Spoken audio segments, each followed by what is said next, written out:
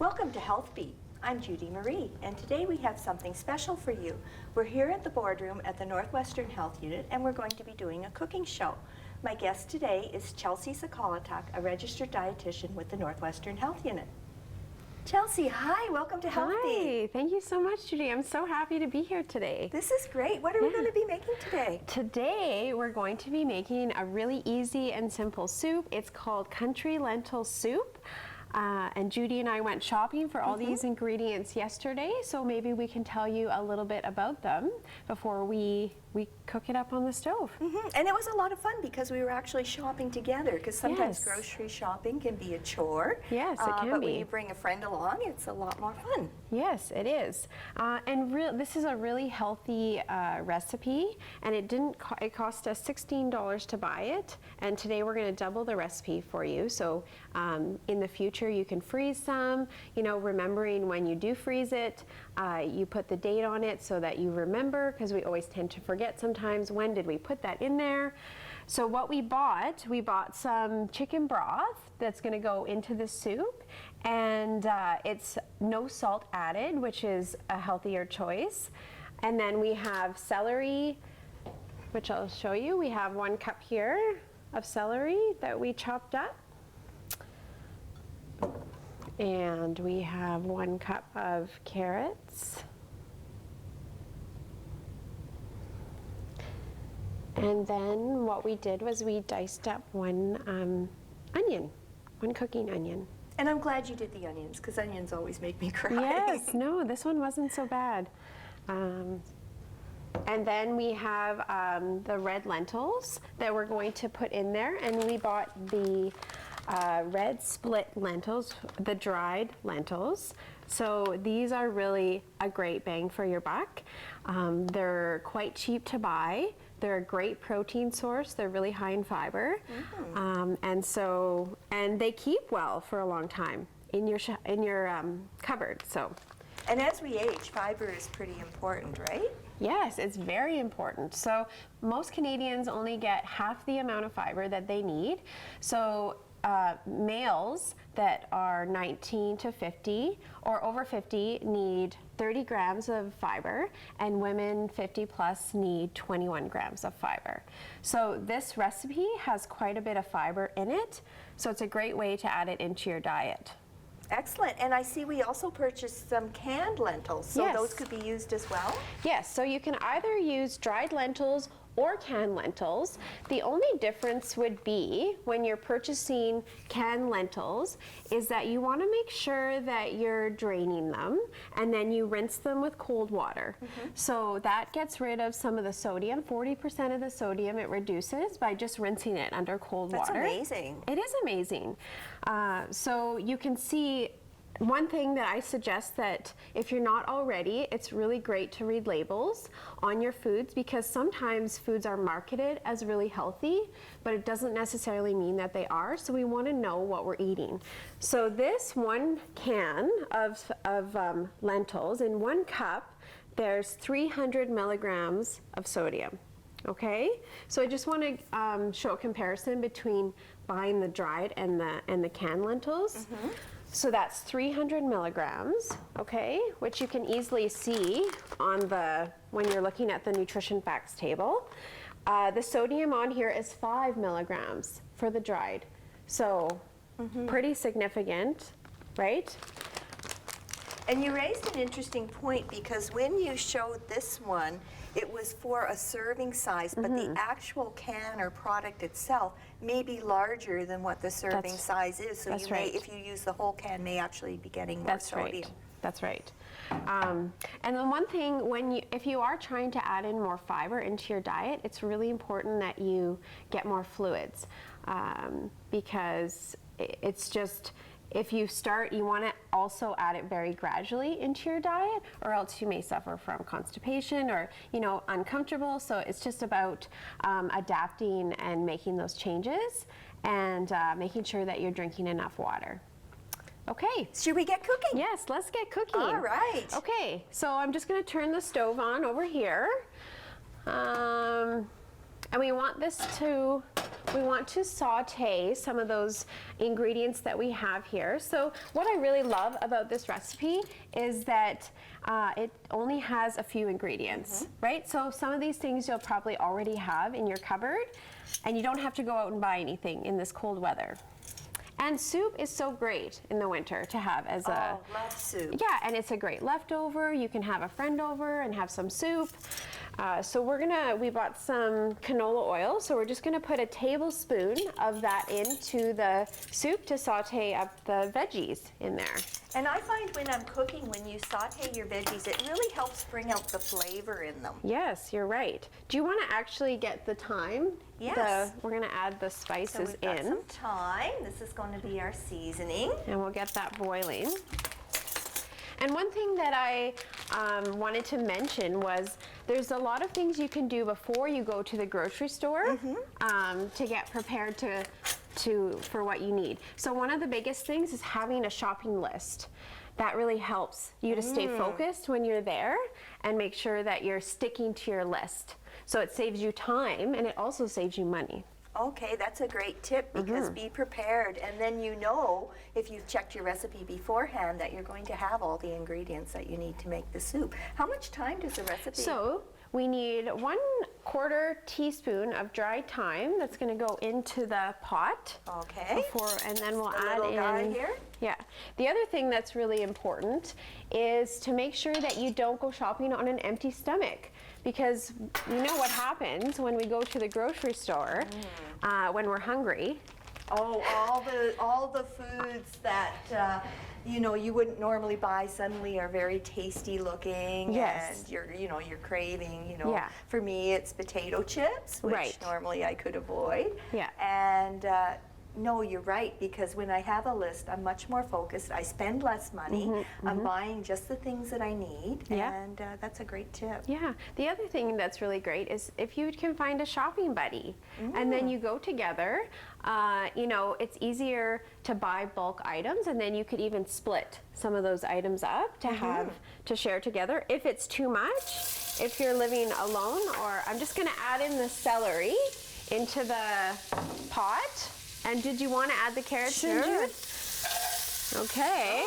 I can already start to smell the thyme from that that you put in there earlier. So I'm just going to give that a quick stir, and we'll open up those stalks. Do you know what else? Cooking with a friend is really fun. It is fun. I would agree. Or if you have, little people in your life that are important to you, like grandkids or children, it's so great to get them in the kitchen and teach them those skills of how to prepare foods from scratch, because food is fun, Absolutely. and enjoyable. Okay. Ooh, I can hear it sizzling. I know. Sounding good. So we're gonna add in both of those broths into the soup. So we'll do that. So this is what's really great about soup. It calls for 8 cups of broth, and this is about close to, I think, 7.5 cups. With soup, it doesn't matter. If you have extra veggies that you want to use up, you could also throw that into this recipe.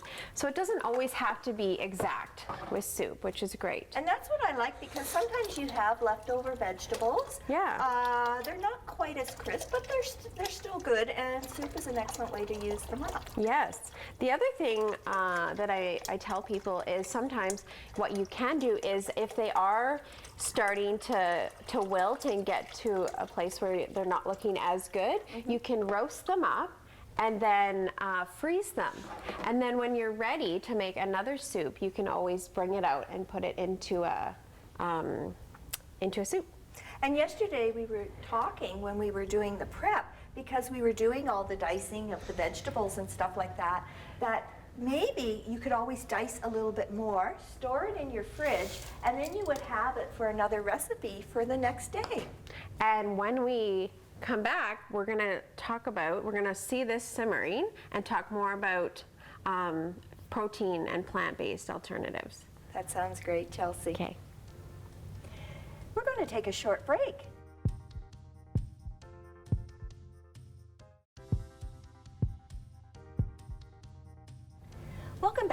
Health Beat. Today we are cooking it up here at the Northwestern Health Unit with my guest, registered dietitian Chelsea Socholotuk. Yes, we've started our country lentil soup on the stove. We added in, it's a really simple recipe, inexpensive to make, and it just has those fresh red lentils that we talked about, that plant-based protein source, which is really great and affordable. So yeah, I can see that it's starting to boil, which is great. So we're just gonna let that simmer for a bit. And it really took us how long to prep, to make it? Oh, not long at all. Yeah, like maybe, 5 to 10 minutes max, to prep for this sure, soup. Yeah. So yes, it's looking very nice. And what is really important when you're in the kitchen, you were telling me earlier about... Just a few safety tips, because sometimes you're in the kitchen, you can get distracted, you forget the pots on the stove, maybe the phone rings, so things like even as simple as grabbing your wooden spoon and taking it with you to remind you that you have something on the stove. And certainly when you take your pot off the stove, what I like to do is always turn my element off first. Right. Especially if I have something on low and simmer, that way I know my stove is off and then I remove my pot. So just little tips like that to think about to help keep you mindful when you're cooking in the kitchen are just some simple tips. Yeah, no, that's great. And sometimes, like, if you do make a soup and then you have leftovers in the fridge, and you go in there and you think, oh, I don't know how long this has been in here. I think one of the best rules that I've ever heard is, when in doubt, throw it out. So if you're unsure about what's something that's in your fridge or leftovers, I think the best thing to do is not to eat it. Because obviously you can't tell sometimes just by looking at it. And another good tip is, when you are putting something in your fridge, to just put a little piece of tape or something on it and put the date on it when you put it in there. Because I know you always think you're going to remember when you did it, but life is busy and we can't always keep track of these things. So just a few helpful tips for food safety in the kitchen. Awesome. And I know we touched about that on a previous show, so these are just a few more guidelines with our soup.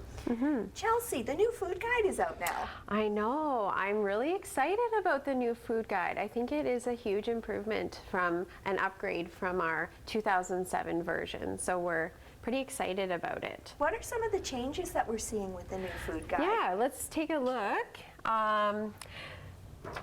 So I'll just give you a look here. So the new food guide just came out in January of 2019, so it's brand new. And what I really love about it is the old food guide was about 7 pages long. So this is 1 page. So a lot more simple. And also, from the old food guide, you may remember that it was a rainbow, right? So it had vegetables and fruits, grain products, meat and alternatives. So now this is a bit more realistic, that you're looking at a plate. So this is really the visual that you're seeing. And this is what you want on your plate. So you want to eat a variety of healthy foods every day. So this is showing that you want to get plenty of vegetables and fruits. So half your plate being vegetables and fruits. Okay? So we're getting some of those veggies in our soup today, which is really great.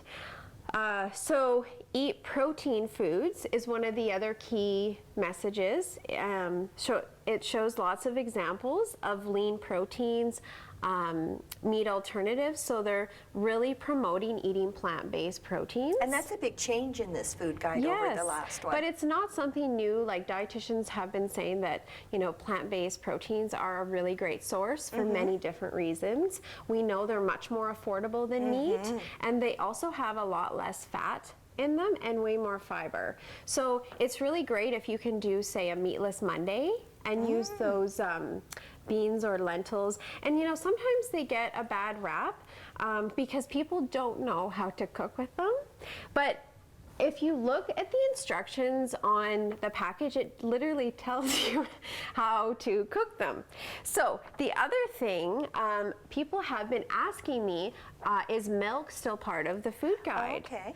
And it is. It's just that it's not at the focus of the food guide.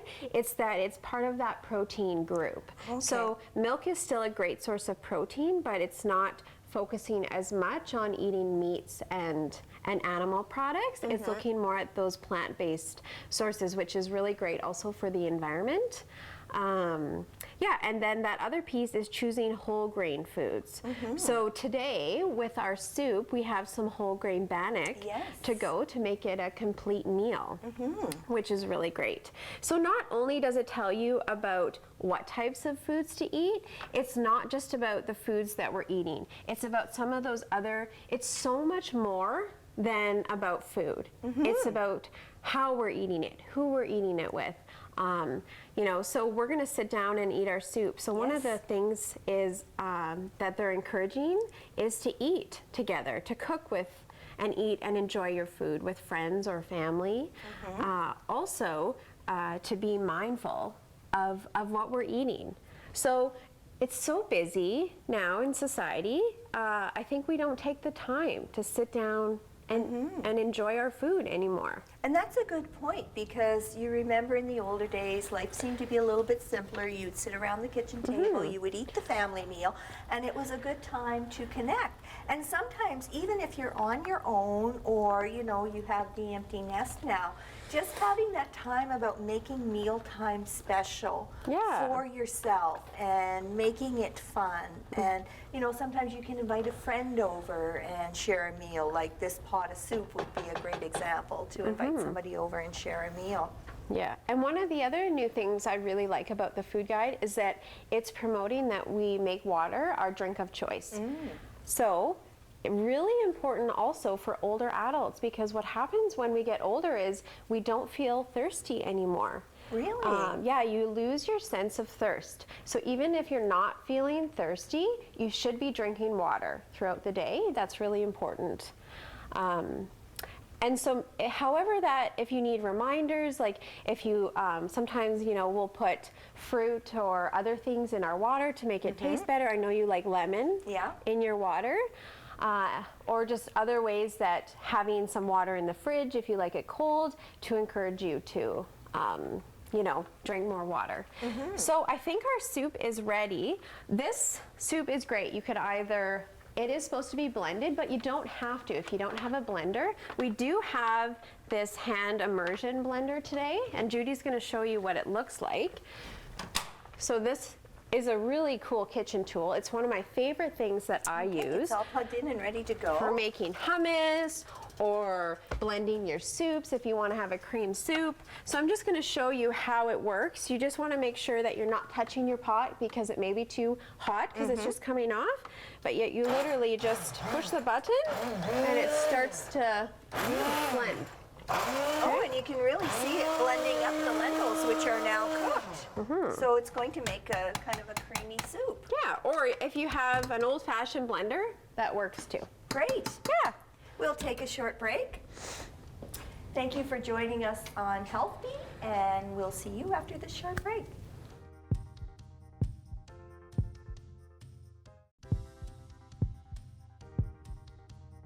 Welcome back to Health Beat. I'm Judy Marie, and today we're having fun with food, and my guest is Chelsea Socholotuk, dietitian here at the Northwestern Health Unit.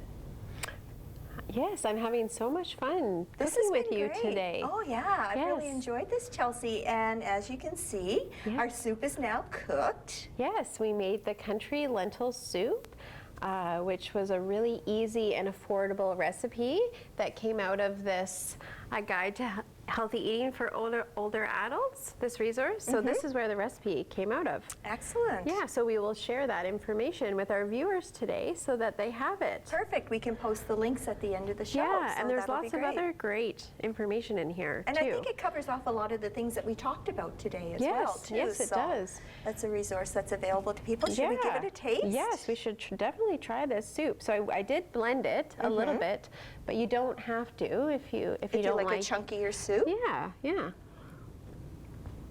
You know what's amazing is it's really, really flavorful. It and is. the only really spice that we used was some thyme. Yeah, and well, you know, the recipe does say you can add salt and pepper, but that's just to taste. So I think it's so easy to make, and you know. And it looks pretty with that little bit of garnish on the top, which is just a bit of parsley. Yeah, yeah, it does. Yeah. It turned out really well. So yeah, if you want, I can share with you, some of those tips we talked about. That would be great. And we have our glass of water, so we're Yes. getting our hydration. Yes, cheers to Cheers. drinking water. Yes. So actually that's, I'll take a sip first. Mm. That is one of my top 5 tips, especially for older adults, is number 1 is just making sure that you are drinking enough water. And it actually doesn't need to just be water. It could be tea or coffee. It's just what those, you want to watch out for those sugary drinks. They have a lot of added sugar, so we want to make sure that we're, cutting back on those also. But it doesn't have to just be water. It can be other liquids, and, things like soup would count too. Okay, and you had a couple more tips for us? Yes, I do. So my second tip, and we were doing this when we were in the kitchen and looking at making our soup, but it's really important to read labels when we're in the grocery store to know what we're putting into our body. So like I said, marketing, you have to really be aware of marketing of foods because companies do market things so that they appear healthy, and they may not. So you really want to watch how much salt, how much sodium is in foods, how much sugar, and also looking at your fiber, because we know that we're most likely, lots of Canadians aren't getting enough. So reading those labels, getting those liquids and water in.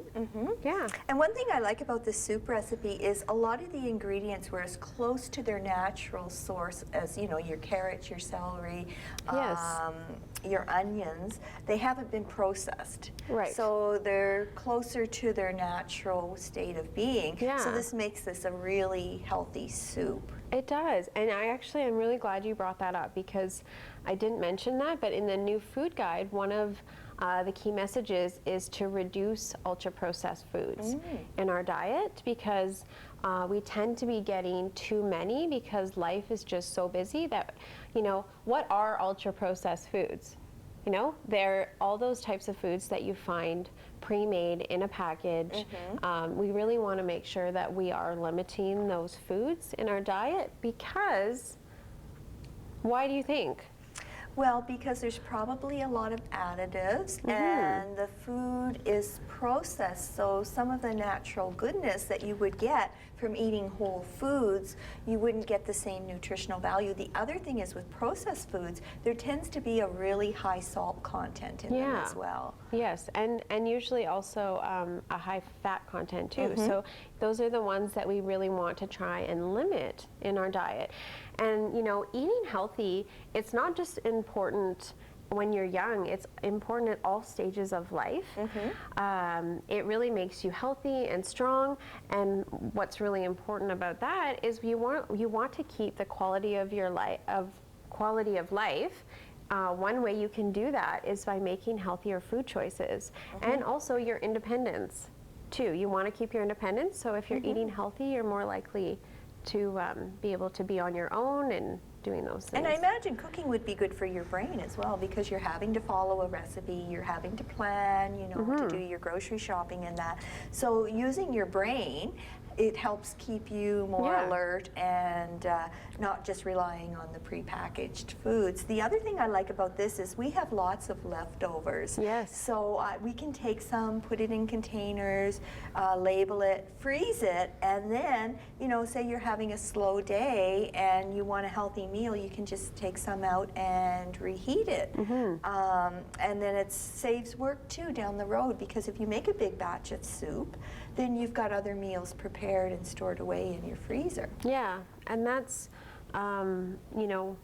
exactly right. And sometimes when you're on your own, you don't feel like doing a lot of prep. So one of my other tips is just really planning those meals, because in the end, it saves you time, and you don't always feel like you have the motivation to want to do those things, if you're living alone or, so it helps to get those nutritious meals in without as much work if you've planned like making this batch of soup and having it in the freezer. And I know lots of people now, and this might be a fun activity, is having soup swaps. So everyone bring a big pot of soup, and then you all take home a portion of it so you can try different soups. Oh, that's fun because maybe people have different recipes and without having a big batch to try, but you get to try a good variety. So I'm just looking here, we have a very colorful bowl of soup with lots of vegetables. We have our water for hydration, and we have some lovely whole grain bannock here as well. So we get to enjoy a full, complete meal that was affordable and easy to make. Chelsea, I want to thank you so much for joining me on Health Beat today. It's been great. You've provided us with a lot of tips, and I know I have learned a lot. Yes, thank you for having me, Judy. You'll have to come again and we'll cook something else. Sounds like fun. Thank you for joining us for this episode of Health Beat. I hope you enjoyed the show. Unlock Foods is a site that you can go to for more information, and that will be posted on the screen. And I hope to see you again soon on the next episode of Health Beat.